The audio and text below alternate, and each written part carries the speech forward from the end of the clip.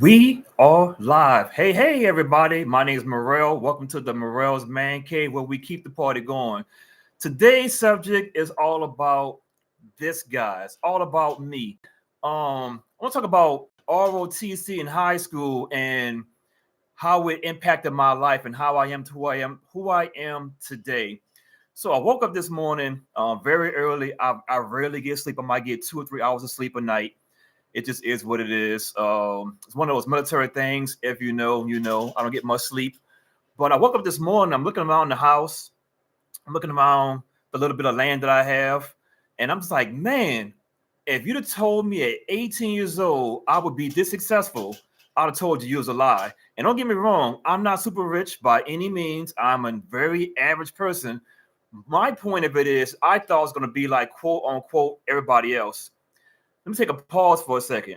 I'm not here to brag. I'm not here to put other people down to put myself up. I'm just going up from the landscape of, hey, I've done way more in my 47 years of living than I ever thought was possible. So let's go back to my 10th year of high school. Matter of fact, let's go back to the seventh grade. So for my seventh grade to ninth grade year of middle school, I went to a school called Gregory. It was a middle school. We all went there, so forth, so on. So we graduate the ninth grade, we go to the 10th grade. Now we're in the 10th grade. And at this time, I don't remember, but we didn't get an opportunity to pick our own schedules. So they gave us a schedule. They gave us English, they gave us math, they gave us, whatever the classes may have been.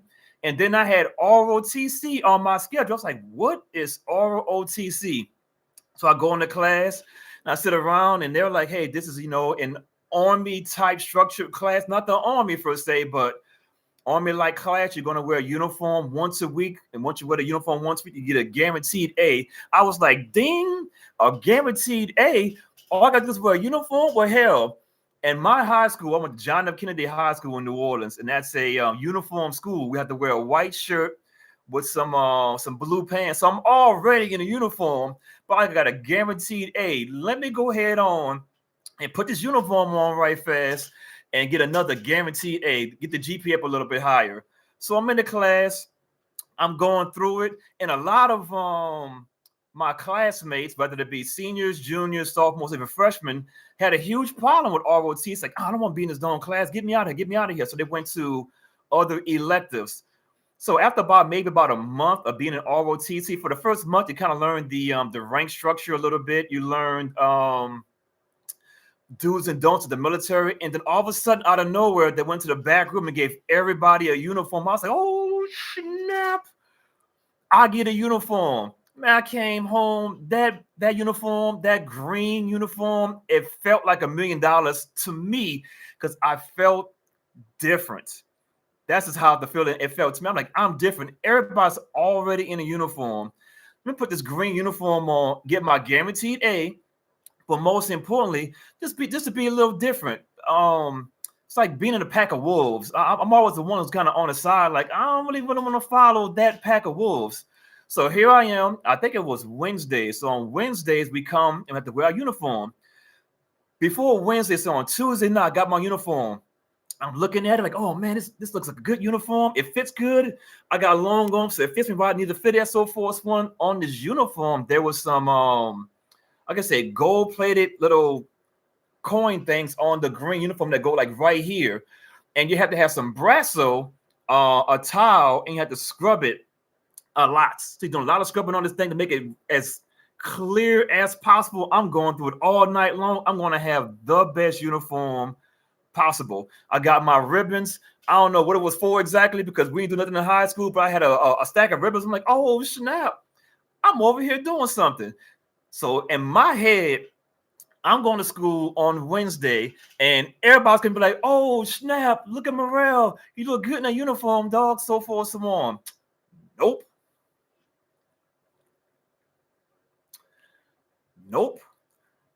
So going to the school, first and foremost, we catch the city bus. So you get on the city bus, everybody looking at me like, what's going on? Now, everybody knows I'm in ROT, so this ain't no shocker, but remember, from the 7th through the 9th grade, we all went to school together, same uniforms. And then now, 10th grade, 10th to senior year, our 10th grade year, we're in a high school and got these ROTC uniforms. So a lot of people never really seen them before. I'm gonna say that I don't know exactly what it is, but a lot of people never seen them before. So I'm on the bus. Everybody's kind of quiet, like, damn, whatever. So I get to school and they're sort of laughing. Oh, snap. Yo, look at Merrell wearing that pickle outfit. Oh, hell no. Look at them shoes. They look like clown shoes. So forth, so on. And here's another thing I want everybody to really understanding. Bullying makes people better because there was no punches thrown. It was just words. I was like, okay, I'm going to show you. No harm, no foul. But throughout the whole day, oh man, that pickle uniform, I really remember this. If I would say I have PTSD of something, I would say pickle uniform. It'll trigger me every damn time. But it's like, oh, that pickle uniform, that green uniform, this, that, this. Man, who you think you are? You know better than us. And I was like, you know what? Okay. No harm, no foul. So that was my 10th grade year. My 11th grade year, I go back my first semester to ROTC. And at this point, after a whole year of people basically knocking me down, that pickle outfit, that uniform, man, that ain't you, so forth, so on, blah, blah, blah. I would say the YNs, you got to say what it is for YouTube friendly, kind of got to me. And I kind of got a little out of character. So after the first semester, they basically kicked me out of ROTC because I became a nuisance. I really wasn't going along with the program. So I said, okay, whatever. So my second part of the school year, I went to a whole different class. Okay, cool. So now I'm at home. It is, I want to say August of 1995. Yep, back in the 1900s. I'm sitting around watching TV. I don't know if it was G.I. Joe. I don't know if it was He-Man. I don't know if it was Married with Children. I don't know if it was Jenny Jones, Ricky Lake. But a commercial came on, big old Marine Corps commercial. I was like, oh, snap. It's a real kitchen commercial right there. And I was like, you know what? In my head, I actually said it out loud. I'm going to join the Marine Corps. Whatever, so forth, so on. Within 2 days, it all happened. I got a magical phone call from my recruiter, Sergeant Harvey. Hey, this is Sergeant Harvey with the Marines. So I speak to Merrell. I'm like, this is him. Hey, you ever think about the Marines? I said, absolutely. I'm ready to join. It was a big old pause on the phone. No, for real, man. I'm ready to join.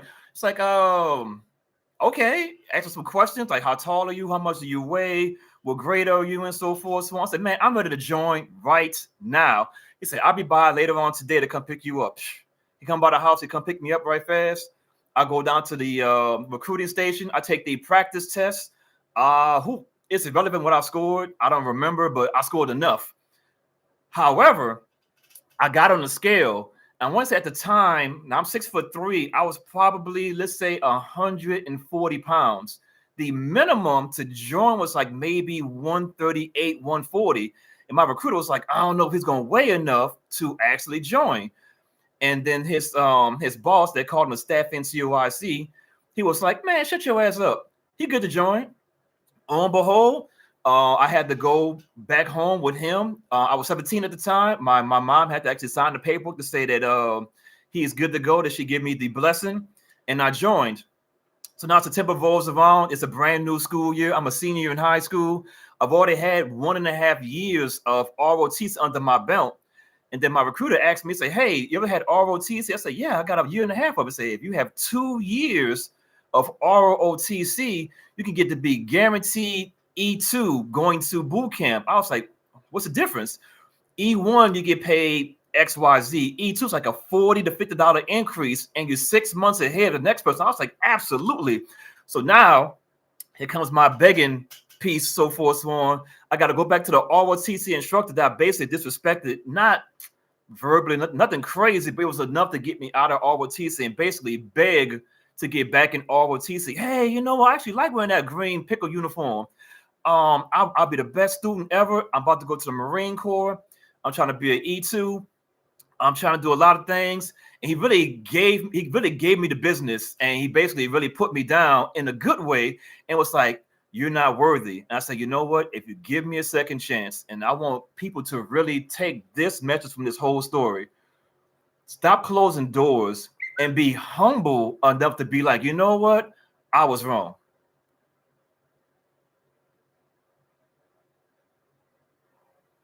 I'll say it again. I'm using the pause for effect. Every now and then you disrespect somebody in whatever way it may have been. It ain't got to be verbal, it ain't got to be physical. Maybe your mannerisms, your eye rolling, women,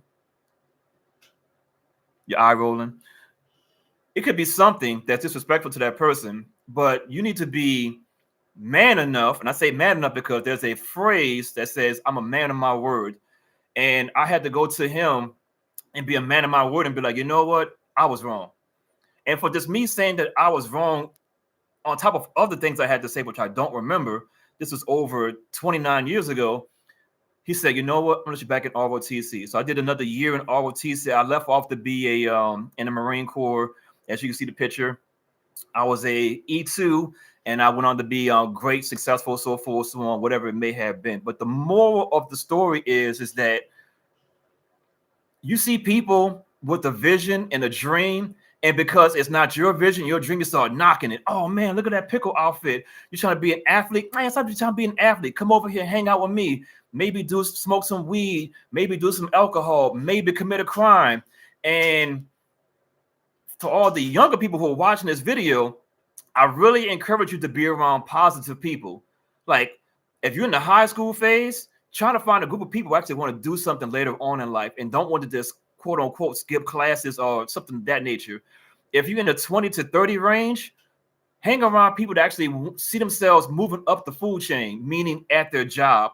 It ain't got to be that exact job, but they're going from job to job to get higher positions. They're not moving left or right. For example, move from McDonald's to Wendy's, from Wendy's to Burger King. No, I'm talking now. If you're moving in the management thing, that's a different story. I'm talking about you are making fries at McDonald's, making fries at Wendy's, making fries at Burger King. Let's be realistic. Somebody who's moving up. If you hang around 10 bad people, you're going to be the 11th. Your peer group is very important. So to wrap this video up in a circle, ROTC was the greatest invention for me because I had no idea I would be joining the military. But when I sit back and look back on my life right now, and I had a lot of mistakes, let's make that very clear. Over multiple videos, we'll go over that. But my mistakes was never going to jail. My mistakes was never beating on a woman. My mistakes was never financially, I'm just like destroyed. None of that crazy stuff, but I have some crazy stories to my success, and I'm not super successful. I'm very humble. However, I'm doing way better than the average person in my peer group. I'll just leave it at that. But most importantly, I'm very thankful for all of the bullying. I'm very thankful that I stayed the course. And a lot of people get pushed away from their course because of peer pressure from others. This is my best way of saying it. This is an individual race. And you try to do it as a team, but realistically, though, it's all about you as the individual. Because at the end of the day, who's going to pay your bills? You are.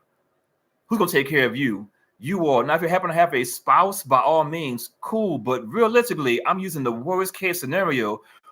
There's no homes in general to take care of grown-ass men. That's why a lot of men are homeless right now.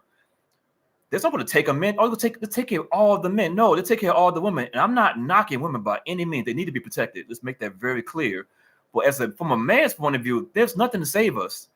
Either you kill or you be killed. Either you fight for what you know and earn some money, or you're going to be broke. But either way, you have to have determination, strive, trust. Most importantly, you just got to have a vision.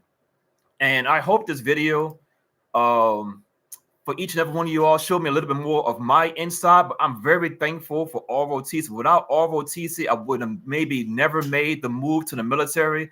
And who knows, I may have never moved to where I'm at right now in life.